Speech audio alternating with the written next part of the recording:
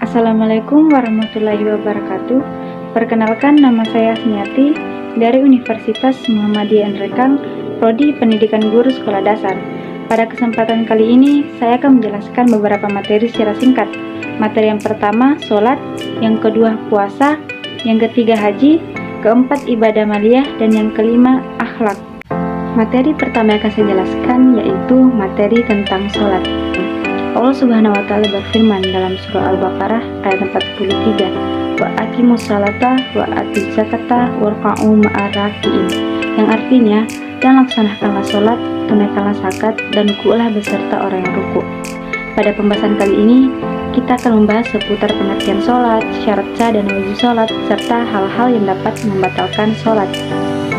Sholat merupakan bentuk ibadah wajib yang terdiri dari perkataan dan perbuatan yang diawali dengan takbiratul ihram dan diakhiri dengan salam dengan syarat dan ketentuan tertentu. Adapun syarat wajib sholat yaitu yang pertama beragama Islam, yang kedua berakal sehat, yang ketiga dewasa, yang keempat suci dari hadas kecil maupun hadas besar, yang kelima telah mendengar ajakan dakwah sholat. Syarat sah sholat ada 6. Yang pertama telah masuk waktu sholat, yang kedua menghadap kiblat, yang ketiga menutup aurat, yang keempat suci badan, tempat sholat dan pakaian digunakan terhindar dari najis, yang kelima mengetahui tata cara pelaksanaannya, dan yang keenam menjauhi hal-hal yang dapat membatalkan sholat. Hal-hal yang dapat membatalkan sholat itu yang pertama dalam keadaan berhadas. Hal yang membatalkan sholat ialah berhadas, baik hadas besar maupun hadas kecil. Yang kedua, terkena najis. Salah satu hal yang membatalkan sholat ialah terkena najis. Najis merupakan zat yang menyebabkan seseorang tidak dalam keadaan suci. Oleh karena itu, kita hendak melakukan sholat diwajibkan untuk bersuci, menjauhkan diri dari najis tersebut. Yang ketiga, berbicara dengan sengaja. Hal yang membatalkan sholat ialah sengaja berbicara saat sholat. Berbicara dalam hal ini ialah bukan melantunkan bacaan doa zikir dari Al-Quran, dan melainkan berbicara layaknya mengucapkan kata-kata dalam sehari-hari. Yang keempat, aurat yang terbuka. Saat seorang muslim melakukan sholat, tiba-tiba auratnya terbuka secara sengaja, maka ketentuannya ia batal dalam sholatnya. Hal yang membatalkan sholat ini tidak berlaku jika auratnya terbuka secara tidak sengaja. Yang kelima, niat sholat berubah. Sejatinya, sholat merupakan sebuah ibadah yang berisikan doa dari seorang hamba kepada Allah Subhanahu wa Ta'ala. Niat yang lurus diperlukan agar tercapainya doa dan harapan tersebut. Berubahnya niat sholat dapat menjadi hal yang membatalkan sholat. Yang keenam, meninggalkan rukun sholat dengan sengaja. Dalam sholat harus menerapkan rukun sholat yang tepat, tidak kurang dan tidak lebih, sesuai dengan tuntunan dalam syariat Islam. Yang ketujuh, membelakangi kiblat. Telah dijelaskan secara terperinci kiblat umat muslim dalam menjalankan sholat ialah ke arah Masjidil Haram, tertuang dalam Al-Quran surah Al-Baqarah ayat 144, yang artinya, maka hadapkanlah wajahmu ke arah Masjidil Haram, dan di mana saja engkau berada, hadapkanlah wajahmu ke arah itu. Banyak bergerak. Gerakan dalam rukun sholat telah dicontohkan oleh Nabi Muhammad SAW secara baku. Murtad dari agama Islam. Murtad dari agama Islam membuat sholat seseorang secara langsung akan batal. Keyakinan dalam beragama merupakan hal utama yang harus dipegang seseorang dalam menjalankan ibadah sholat. Materi kedua yang akan saya jelaskan yaitu puasa. Siapa sih yang tidak mengenal ibadah puasa? Teman-teman pasti sudah tahu kan, kalau ibadah puasa ini merupakan ibadah yang mengharuskan kita untuk menahan lapar dan haus, menahan nafsu, menjaga lisan, dan hal-hal lainnya. Pelaksanaan puasa yang sesuai dengan syariat Islam adalah dengan menahan diri dari makan, minum, serta semua perbuatan yang dapat membatalkan puasa, dari terbitnya matahari hingga matahari tenggelam. Diawali dengan niat yang sudah tercantum dalam kitab suci Al-Quran. Umat muslim dalam menjalankan ibadah puasa istilah memiliki beberapa syarat wajib menurut syariat Islam yang harus terpenuhi. Yang pertama, beragama Islam dan menyembah Allah Subhanahu wa Ta'ala. Yang kedua, sudah balik atau sudah cukup umur. Yang ketiga, kondisi akalnya sehat dan waras. Yang keempat, keadaan rohani dan jasmani yang sehat. Yang kelima, bukan termasuk musafir yang sedang melakukan perjalanan panjang dan jauh. Yang keenam, dalam keadaan yang suci dari hadas besar. Yang ketujuh, memiliki kemampuan dan kesanggupan untuk melaksanakan puasa. Adapun syarat sah puasa yang pertama, beragama Islam dan tidak murtad. Yang kedua, dapat membedakan yang mana yang baik dan buruk. Yang ketiga, tidak dalam keadaan najis yang suci dari nifas dan haid, terkhusus wanita. Yang keempat, memiliki pengetahuan mengenai waktu diterimanya puasa. Selanjutnya, hal-hal yang dapat membatalkan puasa. Yang pertama, memasukkan sesuatu ke lubang tubuh dengan sengaja. Yang dimaksud lubang sendiri di sini yaitu mulut, telinga, dan hidung. Yang kedua, mengalami haid atau nifas. Haid merupakan kondisi di mana seorang wanita mengeluarkan darah akibat datang bulan. Sedangkan nifas adalah darah yang keluar sejak seorang ibu melahirkan. Wanita yang mengalami haid atau nifas wajib mengganti puasanya atau biasa disebut qada. Yang ketiga, hilang akal. Maksud dari hilang akal di sini yaitu gila. Ketika seseorang hilang akalnya, maka puasanya dinyatakan batal. Yang keempat, berhubungan badan. Berhubungan badan atau biasa disebut hubungan seksual dengan sengaja saat bulan suci Ramadan akan membatalkan puasa. Yang kelima, muntah dengan sengaja. Muntah secara sengaja dapat membatalkan puasa. Namun, jika seseorang muntah tanpa sengaja dan terjadi secara tiba-tiba, hukumnya tetap sah. Yang keenam, keluarnya air mani. Keluarnya air mani usai bersentuhan kulit dengan lawan jenis dapat membatalkan puasa, bahkan onanis sekalipun. Namun, beda halnya jika air mani keluar karena mimpi basah. Dalam keadaan tersebut, puasa seseorang tetap dinyatakan sah dan harus disegerakan melakukan mandi wajib.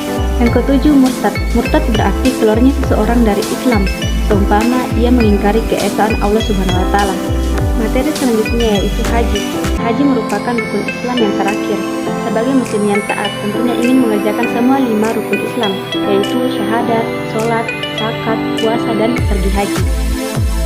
Adapun pengertian haji adalah sengaja berkunjung ke Baitullah Al-Haram atau Ka'bah di Mekah Al-Mukarramah untuk melakukan serangkaian amalan yang telah diatur dan ditetapkan oleh Allah Subhanahu wa Ta'ala. Selanjutnya, saya akan menjelaskan apa saja sih rukun-rukun haji. Nah, rukun haji merupakan perbuatan yang wajib dikerjakan dan tidak dapat diganti dengan membayar denda. Meninggalkan salah satu rukun haji akan gugur atau tidak sah ibadah haji tersebut. Rukun haji ada 6. Yang pertama, ihram. Ihram adalah berniat mengerjakan ibadah haji atau umrah dengan memakai pakaian ihram. Pakaian berwarna putih bersih dan tidak berjahit. Dengan catatan, pakaian tidak berjahit hanya berlaku bagi laki-laki. Yang kedua, wukuf di Padang Arafah. Wukuf adalah hadir di Padang Arafah pada waktu zuhur, dimulai sejak tergelincir matahari tanggal 9 Zulhijjah sampai terbit fajar tanggal 10 Zulhijjah pada bulan haji. Yang ketiga, tawaf. Tawaf merupakan pengelilingan Ka'bah sebanyak 7 kali. Putaran dimulai dari Hajar Aswad dengan posisi Ka'bah sebelah kiri. Orang yang bertawaf berputar kebalikan arah jarum jam. Orang yang tawaf harus menutup aurat serta suci dari hadas dan najis. Yang keempat, sa'i.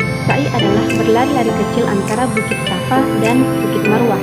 Tentuan sa'i harus dimulai dari Bukit Safa dan diakhiri di Bukit Marwah. Yang kelima, menggunting atau mencukur rambut. Waktu mencukur rambut setelah melempar jamrah Aqabah pada hari Nahar. Yang keenam, tertib. Tertib berarti menertibkan rukun-rukun haji tersebut. Artinya harus berurutan dimulai dari niat, wukuf, tawaf, sa'i, dan menggunting rambut.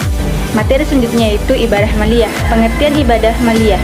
Ibadah maliyah atau ibadah harta merupakan investasi amal yang tidak akan berhenti pahalanya, walaupun yang bersangkutan sudah meninggal dunia, yang dikenal dengan amal jariah. Ibadah maliyah yang pertama yaitu zakat. Zakat ialah memberikan sebagian dari harta yang khusus dengan ketentuan yang khusus. Sebagaimana definisi tersebut, ada 5 unsur utama dalam zakat. Yang pertama, sebagian harta atau tidak seluruhnya. Yang kedua, harta yang disakati adalah harta yang khusus yang telah ditentukan, misalnya harta perdagangan atau tijarah. Yang ketiga, ada ketentuan yang khusus dalam standar ukuran, misalnya zakat perdagangan adalah 2,5% dari modal. Yang keempat, sebagian didistribusikan pada waktu tertentu, seperti halnya zakat fitrah dan zakat emas sebagai simpanan. Yang kelima, zakat hanya untuk mustahik yang sudah ditentukan. Kembali lagi ke ibadah maliyah yang kedua, yaitu infak. Infak berasal dari kata nafkah yang berarti telah lewat, berlalu, habis, mengeluarkan isi, menghabiskan atau belanja. Sedangkan menurut istilah, infak ialah mengeluarkan harta yang baik dalam ketaatan atau hal-hal yang dibolehkan. Perbedaan antara infak dan zakat terletak pada standar ukuran, waktu, dan mustahik. Yang ketiga itu sedekah. Sedekah berasal dari kata al-sidqu yang berarti benar dan jujur. Secara umum, sedekah merupakan bukti bahwa seseorang memiliki keyakinan atau akidah yang benar. Jika zakat dan infak sudah ditentukan jenisnya seperti uang, emas, perak, perdagangan, hewan ternak, dan lain-lain, maka sedekah tidak demikian. Sedekah boleh dengan barang-barang, bisa juga dengan tenaga, pikiran, dan lainnya. Bahkan wajah dengan senyuman pun bisa bernilai sedekah. Ibadah mulia yang keempat yaitu fidyah. Fidyah merupakan menempatkan sesuatu pada tempat lain sebagai tebusan atau penggantinya, baik berupa makanan atau lainnya. Fidyah juga berarti kewajiban manusia mengeluarkan sejumlah harta untuk menutupi ibadah yang ditinggalkannya. Hukum fidyah sebagaimana firman Allah Subhanahu wa taala di atas adalah wajib apabila yang pertama, tidak mampu melakukan saum karena lanjut usia. Yang kedua, orang sakit permanen yang kesembuhannya sangat sulit. Yang ketiga, perempuan hamil atau perempuan yang sedang menyusui. Yang bersangkutan boleh memilih antara qada saum atau fidyah. Yang keempat, jumlah fidyah adalah sejumlah makanan yang dikonsumsi yang bersangkutan pada bulan Ramadan. Ibadah mulia yang kelima itu kifarat. Kifarat berasal dari kata kafarah yang mengandung arti mengganti, membayar, menutupi, dan memperbaiki. Puasa ini tidak berlaku bagi seluruh umat muslim, namun hanya berlaku bagi orang-orang yang melakukan tindakan tertentu. Yang keenam itu kurban atau wuduhiyah. Kurban adalah menyembelih binatang tertentu pada hari raya kurban atau Idul Adha. Yang ketujuh itu ada akikah. Akikah merupakan suatu kegiatan menyembelih suatu hewan, domba atau kambing untuk menyambut anak yang baru dilahirkan. Yang kedelapan, al-hadi.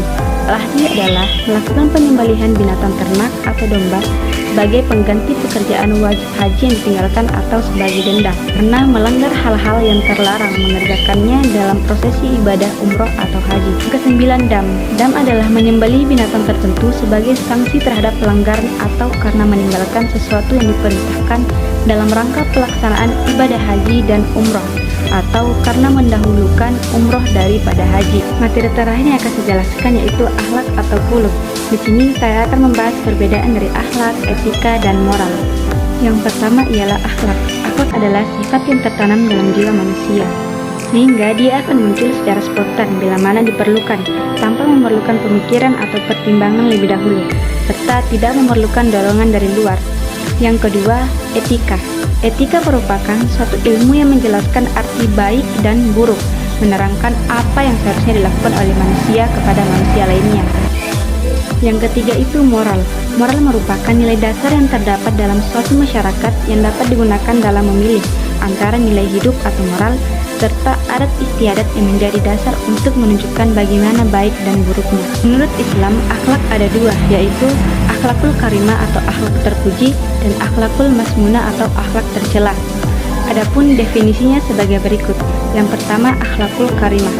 Akhlakul karimah atau disebut dengan akhlak yang terpuji merupakan salah satu golongan macam akhlak yang harus dimiliki setiap umat muslim. Adapun contoh macam akhlak tersebut diantaranya sikap dalam berkorban, jujur, sopan, santun, tawakal, adil, sabar, dan lain sebagainya.